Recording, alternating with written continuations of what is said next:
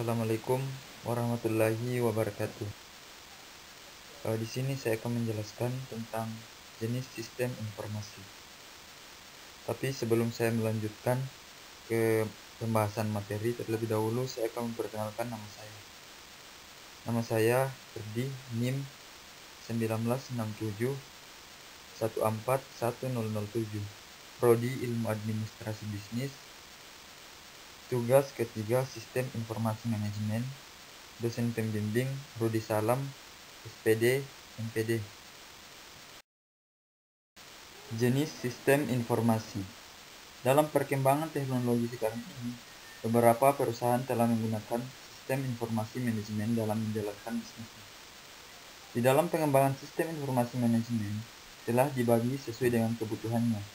Dalam hal ini, sistem informasi manajemen terdiri dari yang pertama, sistem penjualan dan pemasaran, yang kedua, sistem manufaktur dan produksi, yang ketiga, sistem keuangan dan akuntansi, yang keempat, sistem sumber daya manusia, yang kelima, sistem pengoperasian transaksi, yang keenam, sistem pendukung keputusan, dan yang ketujuh, sistem pendukung eksekutif. Di sini saya akan menjelaskan satu persatu mengenai sistem-sistem tersebut.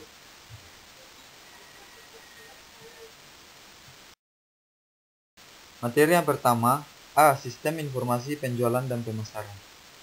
Fungsi penjualan dan pemasaran bertanggung jawab dalam menjual produk atau jasa organisasi.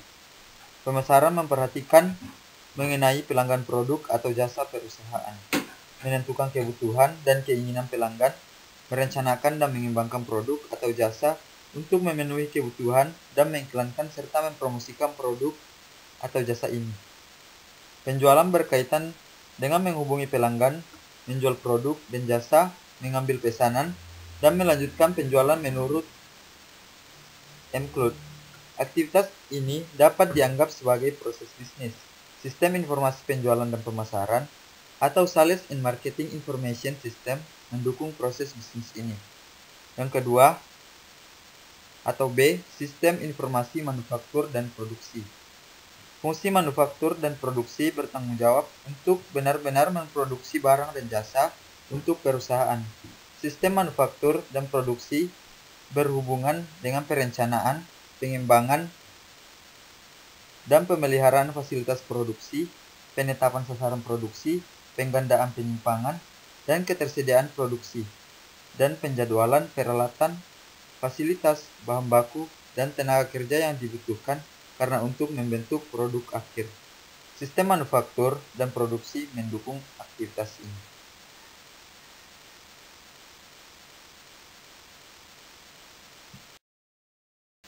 Selanjutnya, C. Sistem informasi keuangan dan akuntansi.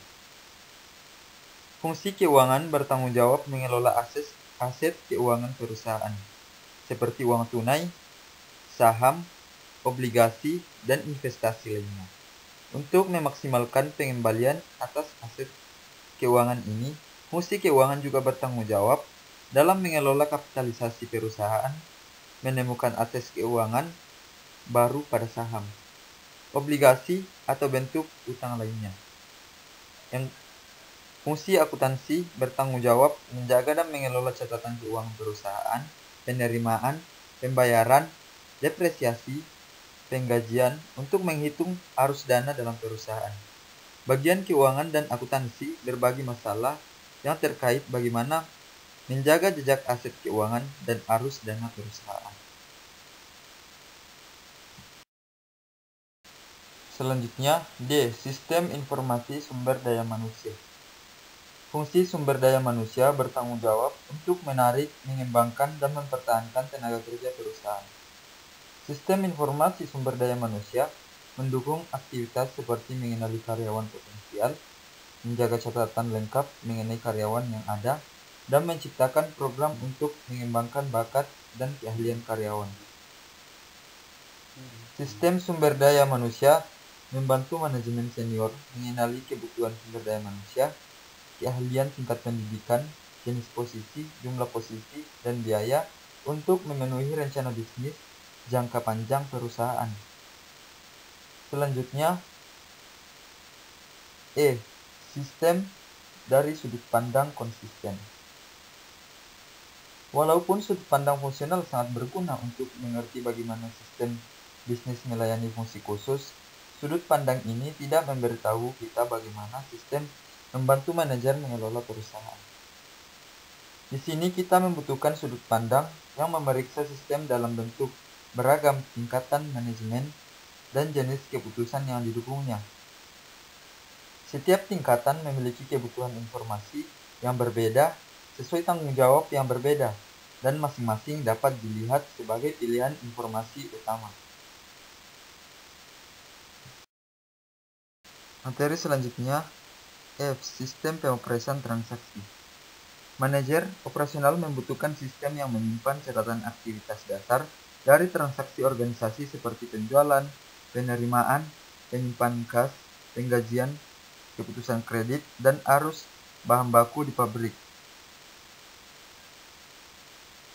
Sistem pengoperasian transaksi adalah sistem terkomputerisasi yang menjalankan dan mencatat transaksi rutin harian yang diperlukan untuk menjalankan bisnis seperti memasukkan pesanan penjualan, pemesanan hotel, penggajian, pencatatan karyawan, dan pengiriman.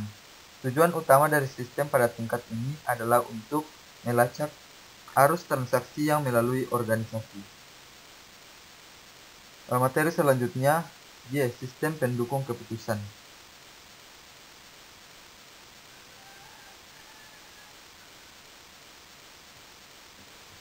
Sistem pendukung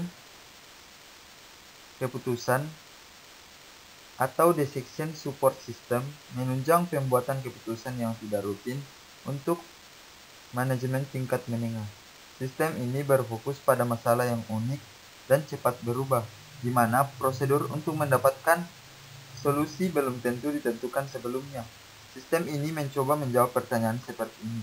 Apakah pengaruh pada jual produksi jika kita akan menggandakan penjualan pada bulan Desember? Apa yang akan terjadi pada pengembalian investasi kita jika jadwal pabrik ditunda untuk 6 bulan? Walaupun DSS menggunakan informasi internal dan TPS dari tim, DSS sering membawa informasi dari sumber eksternal, seperti harga saham saat ini atau harga produk pesaing.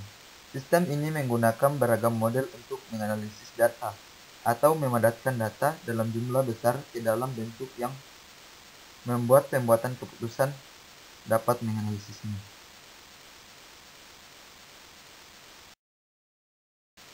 Itulah tadi pemaparan saya tentang materi jenis sistem informasi. Semoga kalian bisa mendengarkannya dan bisa memahami apa yang saya jelaskan. Kurang lebihnya mohon dimaafkan. Wassalamualaikum warahmatullahi wabarakatuh.